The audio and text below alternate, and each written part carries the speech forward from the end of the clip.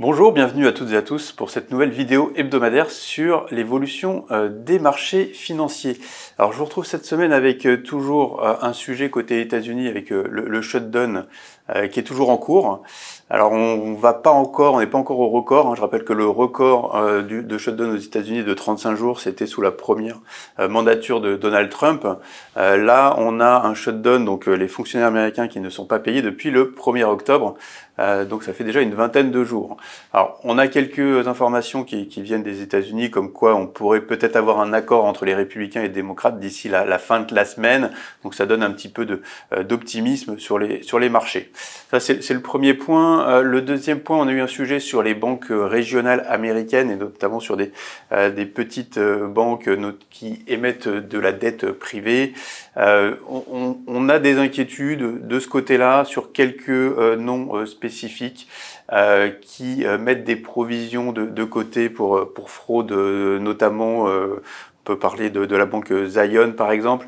On a quelques autres dossiers qui alimentent un petit peu un risque de crainte sur cet aspect-là, et un aspect un peu risqué qui a été mis en avant par le patron de JP Morgan qui a indiqué que forcément quand il y avait peut-être un petit sujet comme ça, ces sujets n'étaient pas forcément isolés, donc il pouvait y avoir d'autres dossiers à surveiller dans les prochaines semaines, prochains mois. Donc vigilance de ce point de vue-là.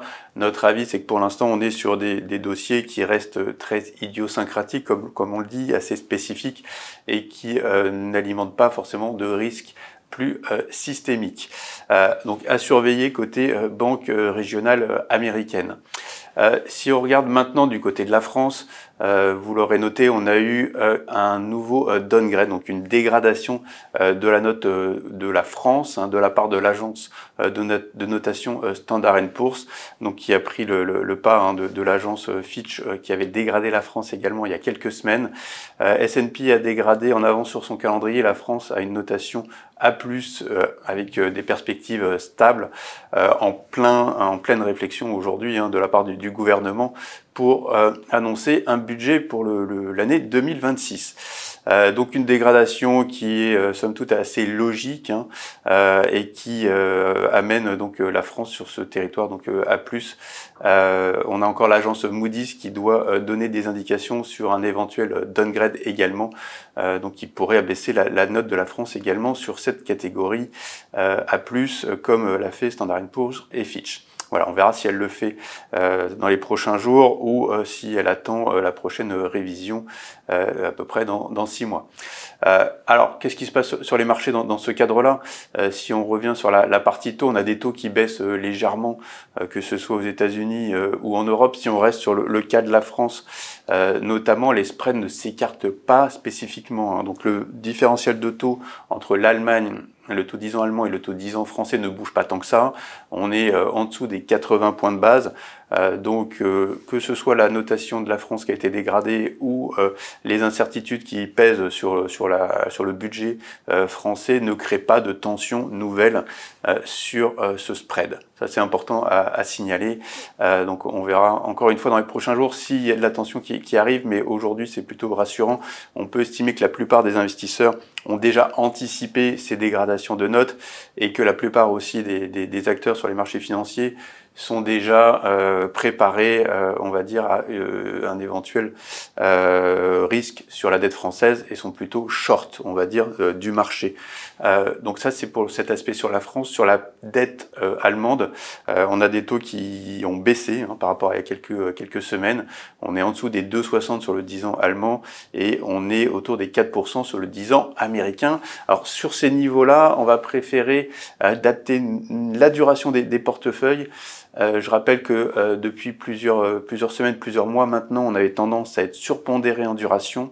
Sur ces niveaux-là, on repasse sur un message davantage de neutralité, que ce soit sur la dette américaine quand on est en dessous des 4%, ou sur la dette allemande également quand on passe en dessous des 2,60. Donc un message de neutralité, on sera assez actif dans les prochaines semaines si ça bouge, et si les taux remontent, on reprendra des positions longues en duration, mais pour l'instant, on va rester sur ces niveaux-là, sur un message de neutralité. Pareil sur le crédit. Le crédit, on est plutôt neutre également sur la classe d'actifs.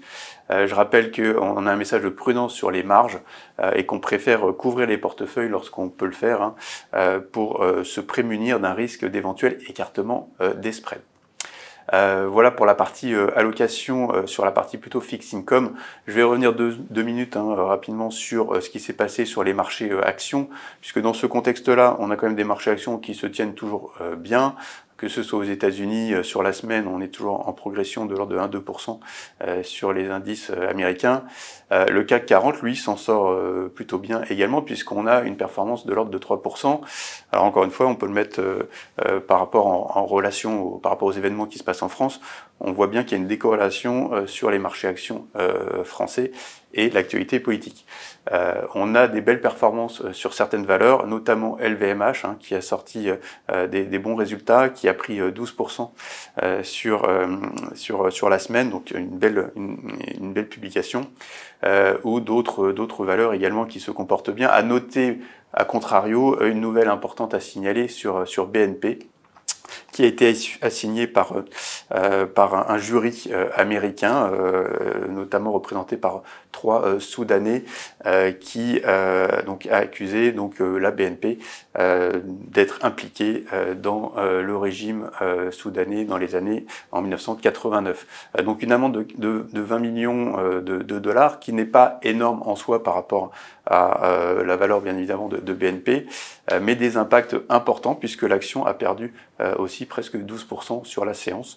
Donc c'est vrai qu'il y a des inquiétudes sur le fait que cette action en justice puisse aboutir à d'autres actions en justice, peut-être sur la banque française, voire sur d'autres banques et sur le secteur en général. Voilà, ça reste assez contenu pour l'instant, mais c'est également à surveiller pour les prochaines séances. Voilà, en termes de messages, nous restons assez conservateurs, assez prudents sur les actions, avec un message de neutralité sur les actions européennes et américaines, et une préférence pour les actions japonaises ou asiatiques plus particulièrement. Au Japon, j'en parlais il y a quelques jours déjà, on a la nouvelle première ministre qui a été confirmée, donc Mme Takahashi, donc qui sera bien effectivement nommée première ministre. Et en Chine, on a une séance cette semaine avec le congrès du Parti communiste chinois qui s'est ouverte. Donc ça, c'est dans le cadre du plan quinquennal en Chine. Donc on verra ce qui en ressort. On aura des indications sur les ambitions en termes de croissance ou également en termes de politique sociale. Donc on aura plus d'indications en fin de semaine ou la semaine prochaine. Voilà, je vais m'arrêter là. Je vous souhaite à toutes et à tous une très bonne semaine et je vous dis à très bientôt. Merci pour votre attention. Au revoir.